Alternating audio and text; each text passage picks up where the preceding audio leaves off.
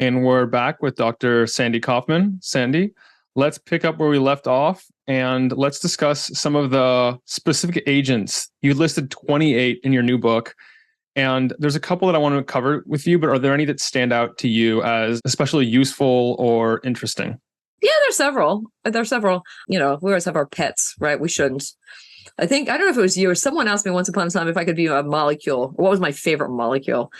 I don't know. I was like, I want to be astaxanthin because I thought it was so cool. But I don't get to choose that one anymore because that was book one. So book two, I think magnesium threonate is incredibly cool. Mm. A lot of people are on magnesium, and magnesium has to be complexed to something, right? There's oxalate, there's a million of them. Yeah. 60% of the population in the Western world is magnesium deficient. So, of course, this is a fantastic idea. Then the question is, which one do you choose? And they all have their various things that they do. But my absolute favorite is magnesium threonate. And the reason for that is it's the only one that gets through the blood-brain barrier into your head. And that is extraordinarily important because it increases neuroplasticity in your hippocampus. So it actually increases memory ability. And it's an anti-inflammatory in your brain, right? So as you get older and you worry about neuroinflammation, you sort of get a twofer in your brain with magnesium threonate. And then it also helps around the rest of your body in terms of all the wonderful things that magnesium does anyway, right? So magnesium actually helps support your DNA, three-dimensional structure.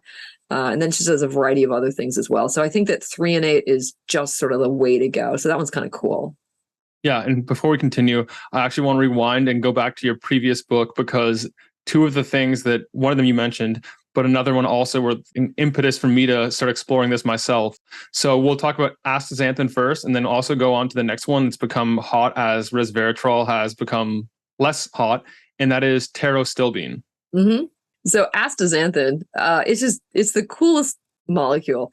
People always think it's exotic and it's exciting, and it's not, right? It's, if you look at bird baths, and I live in Miami, so we don't have that many of them. But if you're in the northern area and you look at a bird bath and it's the green slime, those are the cells that make astaxanthin. So if you physiologically stress them, salinity, temperature, however you want to stress out a cell, or just, be mean to it, it makes this fantastic orangish, reddish goo. And this molecule, therefore, protects that cell from the physiologic stresses. So it does the same thing for us.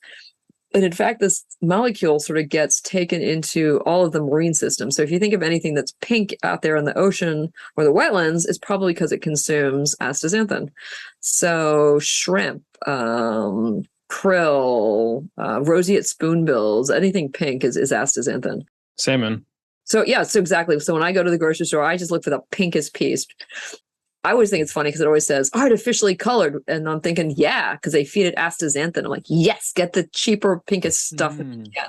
So people are like, oh, that's not natural. I don't care. It's cheap astaxanthin. Is that how they color it, with astaxanthin? Yeah, they give the fish astaxanthin. Oh, it's not food coloring. No, it's astaxanthin. Oh, nice. Yeah, right. You get a twofer. You get fish and you get astaxanthin. Kind of pretty cool. And so what astaxanthin does is it gets into your body and it travels into your mitochondria and it beds itself in the wall. And it is an incredibly potent free radical scavenger. And it sits there for 24 hours and then you excrete it. There are zero side effects. I mean, I guess if you took too much, you'd theoretically turn, orange, but it's never happened. I know that it works, and so it's a free radical scavenger, and it also increases your endogenous ability to increase your own free radical scavengers. So that's kind of cool. And it's an anti-inflammatory. So it is just an insanely fantastic molecule that has absolutely no downside.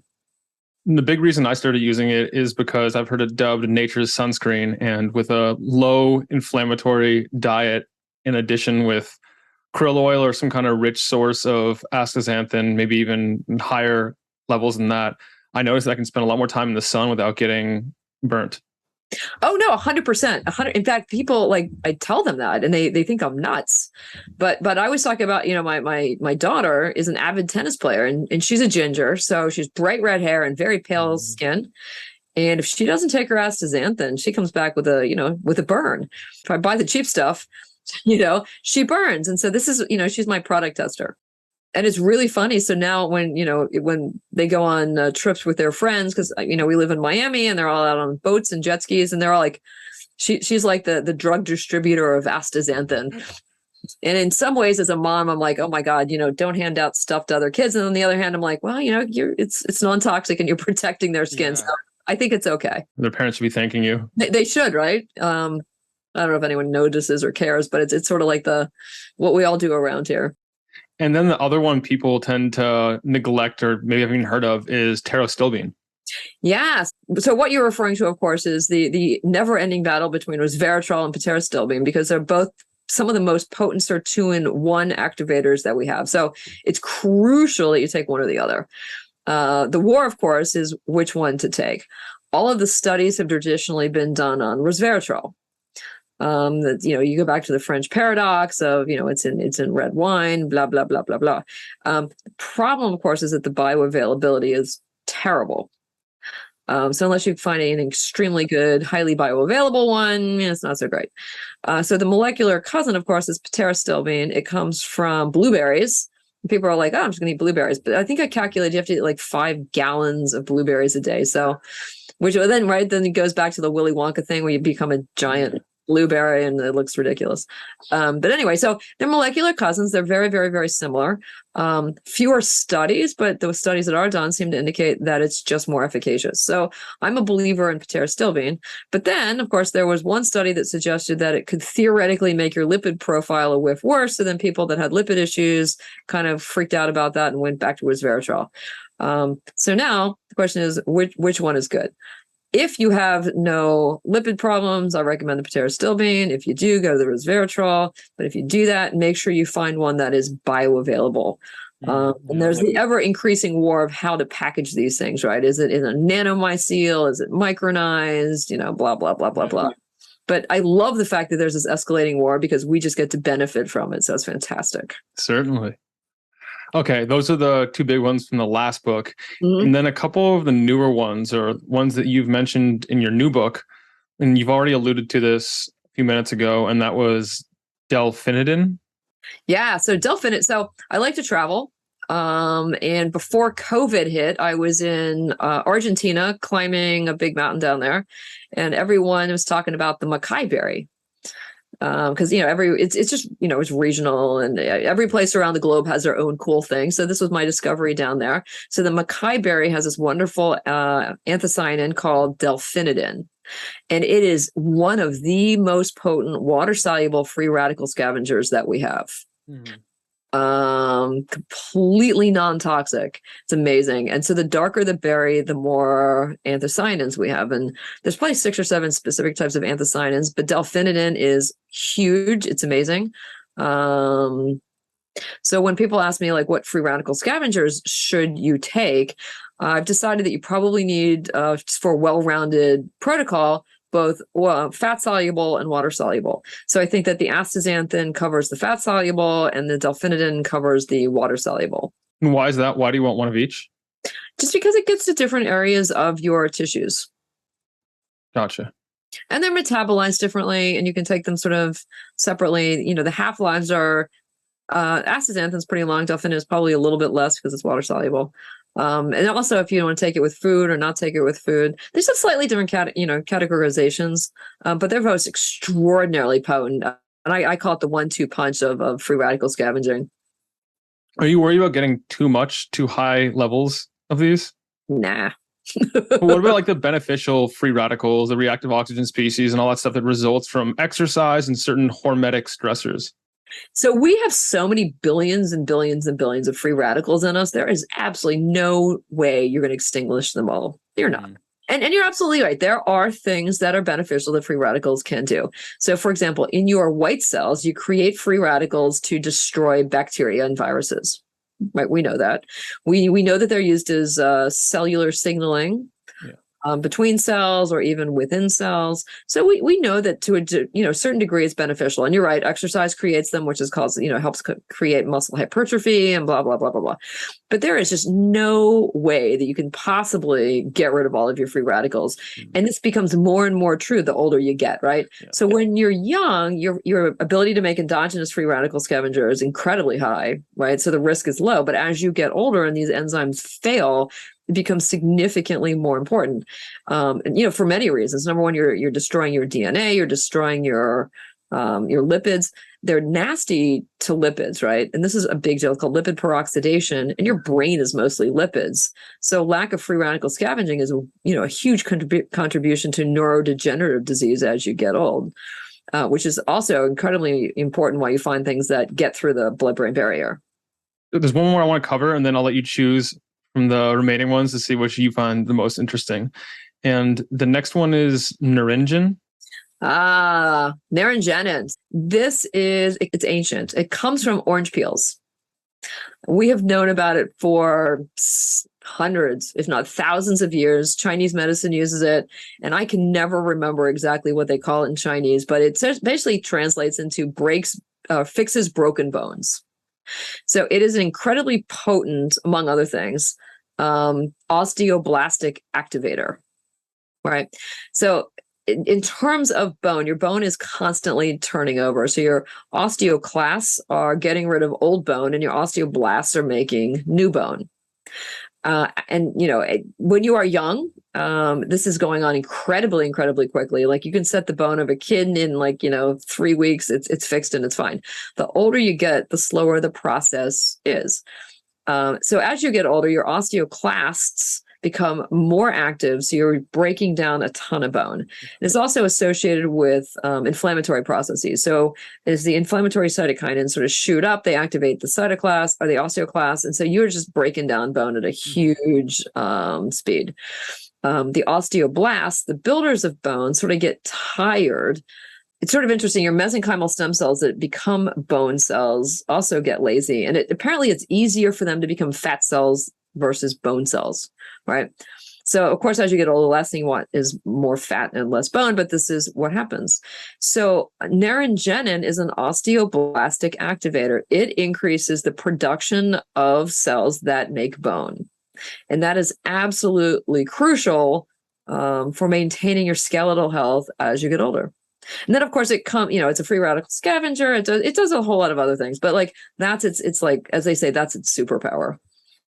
Sounds like there's a lot of free radical scavengers on this list. Oh, it's funny. Most plant-based things are free radical scavengers.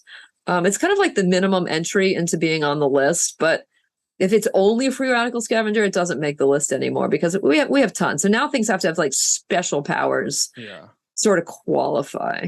So I'm trying to figure out when you want to use this, because if you have a greater level of osteoblasts than osteoclasts and you're young and healthy, maybe you broke a bone, would you be worried about taking that also and getting growing bone spurs or something like that where maybe you're growing too much? So excellent question. It's not for the youth, you're right, unless something's broken. Interestingly enough, here's a dumb thing, because my life is frequently focused on my kids. One of them had braces, and she just really wanted to make her tooth movement go faster.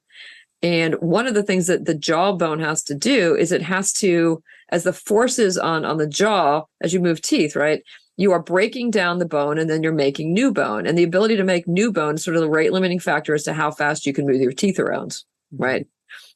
So she started, taking a whole lot of osteoblastic activators, and she was able to get through braces way faster. Oh, that's cool. Right? Sort of like this, let's cheat the system sort of deal. So if you have broken bones and that sort of thing when you're young, it's probably useful. But in general, it's probably best reserved for, older people as you start worrying about bone density. Mm-hmm. Okay. And then we'll go on to your pick between salicylate and ellagic acid. So ellagic acid. So that comes from, it's a beautiful molecule. It looks like a snowflake. You know what? It comes from pomegranate. Everyone loves pomegranate. So actually, I'm gonna skip and give you a few things that I think are necessary. Fisetin. Yep. Fisetin is horribly underrated, and it does amazingly good things in every category. It's one of the highest, if not the highest ranking agent. And I'm not going to pour into every detail, but one of the coolest things about Fisetin is there are only two things on the market right now to get rid of senescent cells. There's quercetin and Fisetin. So Fisetin, if you are over 40 or you have injuries from sports incidents, or you've got, status post radiation or chemotherapy from cancer, or if you're hurt everywhere, you have a huge accumulation of senescent cells. And it is extraordinarily important to clear those out. And because we only have two things on the market that can do it, it's just an extremely important thing. Quercetin, it was in the first book, comes from onions. Fisetin actually comes from strawberries. So if people like to remain natural, that's great. Because it does amazing things in every category, I usually recommend a small dose every day for like the other categories. But for senescent cell eradication, you need a pretty decent high dose 2 days out of every month or two to sort of like help eradicate those cells. So I think that's like incredibly crucial. Yeah. I was doing some research for a post I wrote on Fisetin, and I noticed that there's a large variation between manufacturers. Someone would recommend you take it every day. Someone would recommend you take it like once or twice a month. And of course, different doses, different delivery mechanisms. But I believe that's one of the bioflavonoids or something like that that suffers from really poor absorption. So do you prefer any like preparations? I hate to promote specific companies, but there's a company called Rev Genetics, and they have a fantastic way of encapsulating these things that increases the bioavailability.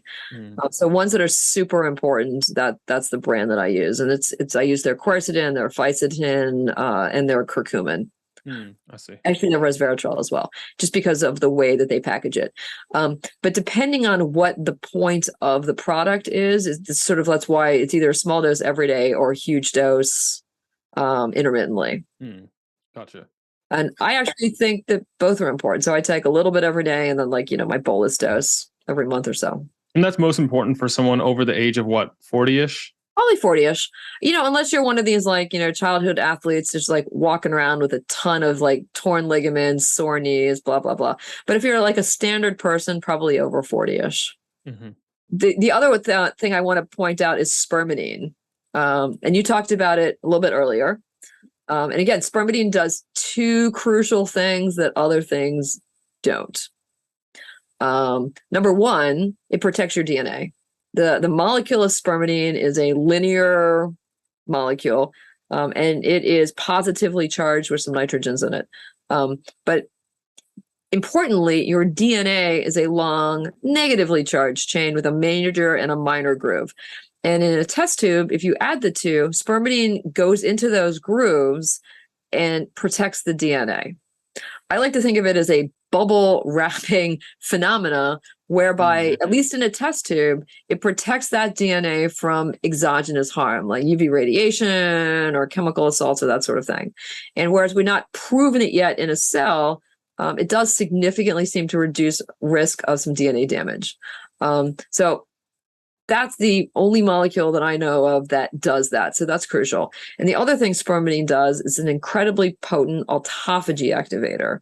And we really want to increase autophagy because it's a way of telling our cell to recycle while it is recycling. And that is associated with longevity. So I tried to pick out agents in this book that sort of like does things that nothing else does.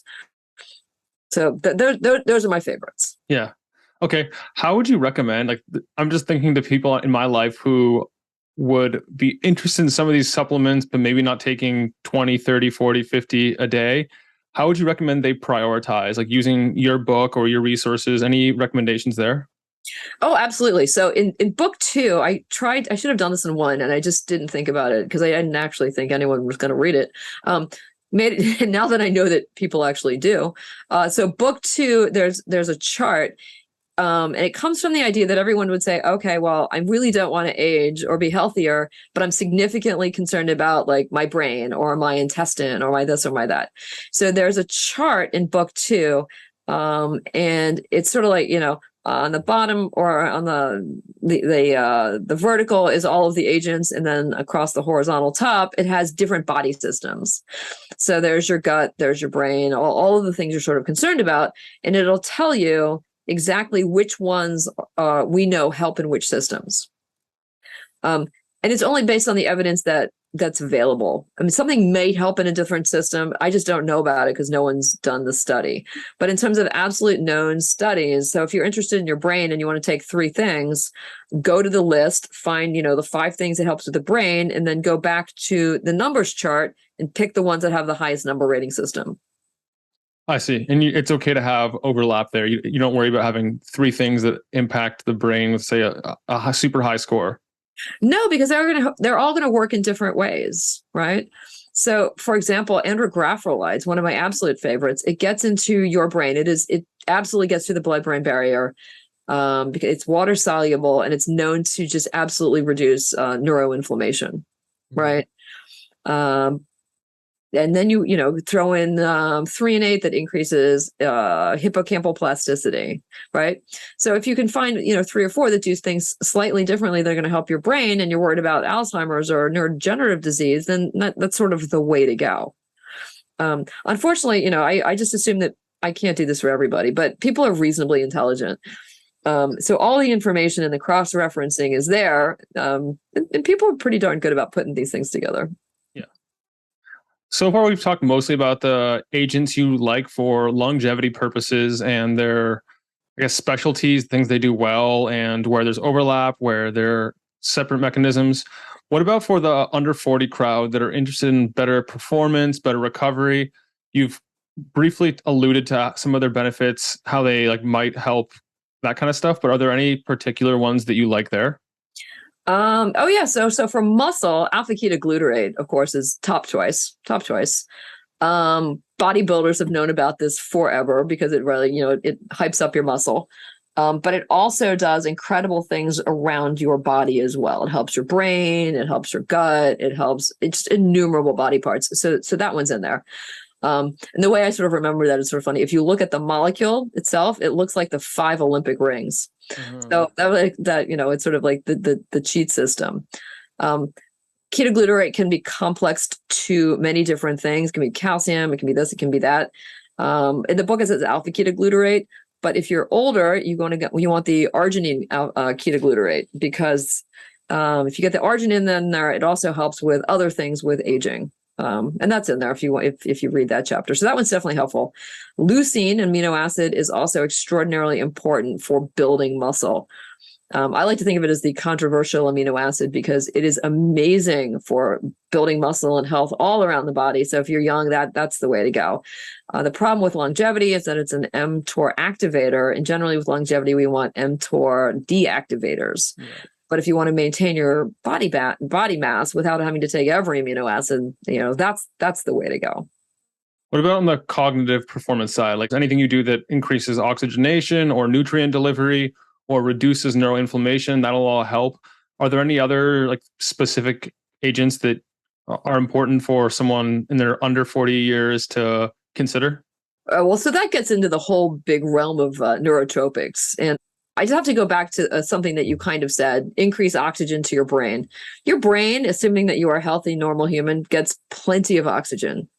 If you are old and decrepit and you've had strokes and you've got coronary disease and atherosclerotic disease going into your head, then you worry about oxygen delivery to your head.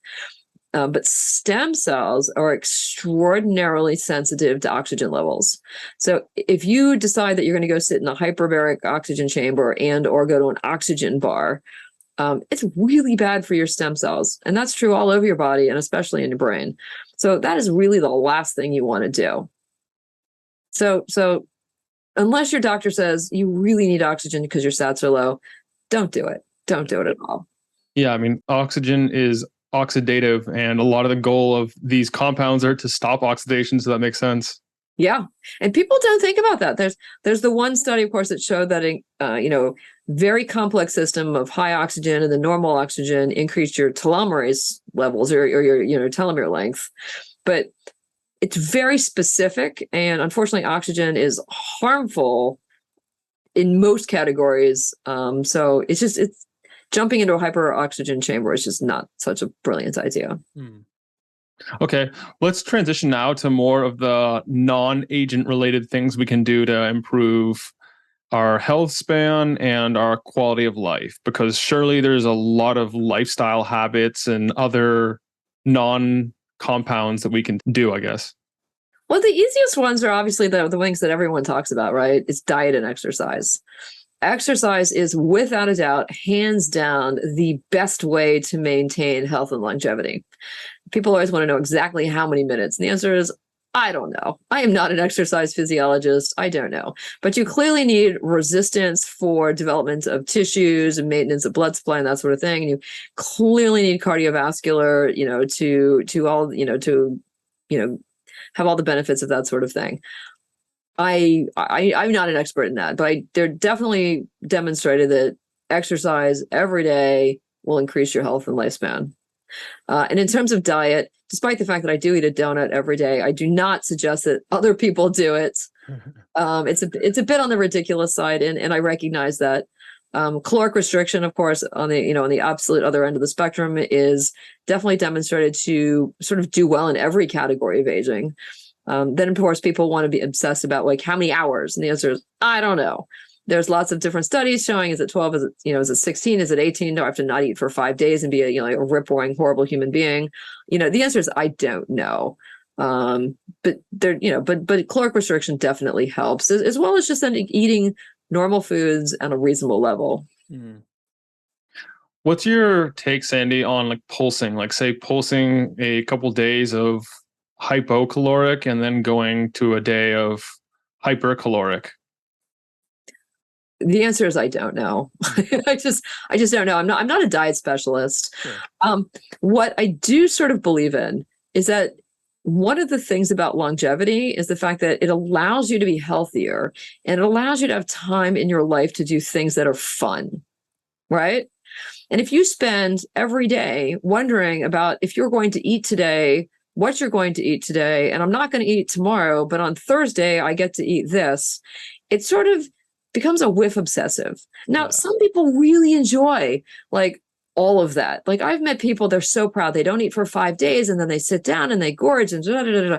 That honestly sounds miserable to me. I like to, do my exercise, eat reasonably normally, pop my supplements, and then live my life as if I'm not doing anything else, because that's not what life is about. Yeah. It's finding what works for you and not stressing out too much over some of the small things that may or may not matter. And the other thing that's really funny is these people were competing to see who could sleep the best. Right? They all got their wearables and like they'd wake up the next morning and compare their numbers. Like I would not be able to sleep if I was worried that my sleep numbers wouldn't be good enough. And granted, everyone is different and everyone has their thing that drives them, but that is just not the way my life is. Yeah. I wear an Oura ring and I sometimes notice that if I have a bad night of sleep, I actually don't check it because I don't want to see that my score is really low and then think the whole day, okay, I had a bad night's sleep and now like my performance should be down here. So I guess that's just what it is. So I check it when I think I sleep really well, and then it's confirmation bias. Basically, that's how I use it. Yeah, well, that's smart. That's smart. It's funny. I take all of my wearables off. I don't want to think about it, right? I want to sleep well, be restful, dream whatever I'm going to dream, wake up the next day, and then I put everything back on. Of course, then my Garmin wigs out, right? Because it says I haven't had any sleep and blah, blah, blah, blah, blah. But honestly, who cares, right? This stuff is to benefit us and not to drive us insane. Exactly. Well, Sandy, let's start to wind down. We've been going for a while now. And if people want to get in touch with you, if they want to pick up your book and learn about your systems from this book, the new book, and then also the previous book, how do they find you on the internet and connect with you? So super easy. My website is Kaufman Protocol, and it's 1 F and 2 N's, KAUFMANN protocol.com. A lot of information is on there, and I just recently sort of redid everything. So the master table has all the numbers for 40 some agents is on there. And it's funny because someone was asking me the other day, like, isn't that proprietary information? I'm like, yeah, no, I don't care. So it's all there.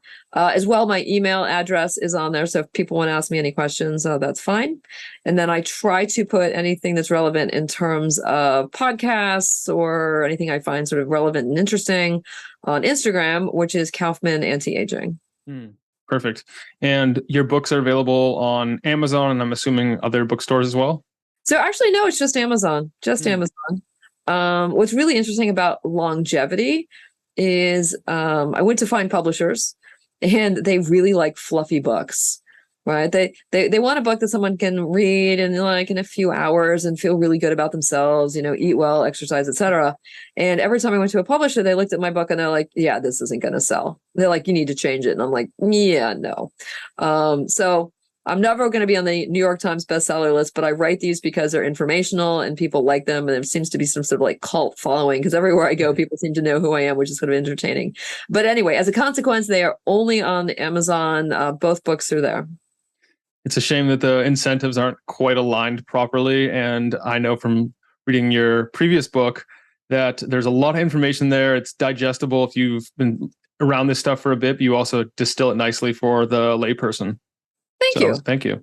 Thanks. No, I like to think that I do, but apparently I haven't distilled it enough for publishers. So there it is. Yeah. But you know what? They don't have to read it. Mm-hmm. Okay, one more question, and then we'll do a quick rapid fire round and call it a day. That question is, if there was a burning of the books and all knowledge on earth is gone, but you get to save the works of 3 teachers, excluding yourself, who do you choose and why? Ooh, oh my God. That's a good question. Erik Larson, because he writes the most amazing historical books, because I'm a huge history buff. Probably a biochemistry textbook, because that's what I'm always looking at when I'm cheating the system. And Bob Breyer, because he's the most informative person on ancient Egyptian history. Wow. 2 history books. I'm an absolute ancient history fanatic. Very cool. There's a lot of lessons and wisdom to be gleaned from ancient humans. No, it is. They're just like us, just different life challenges. And I'm so enraptured by ancient history. I find it just amazing. In fact, here's a funny thing.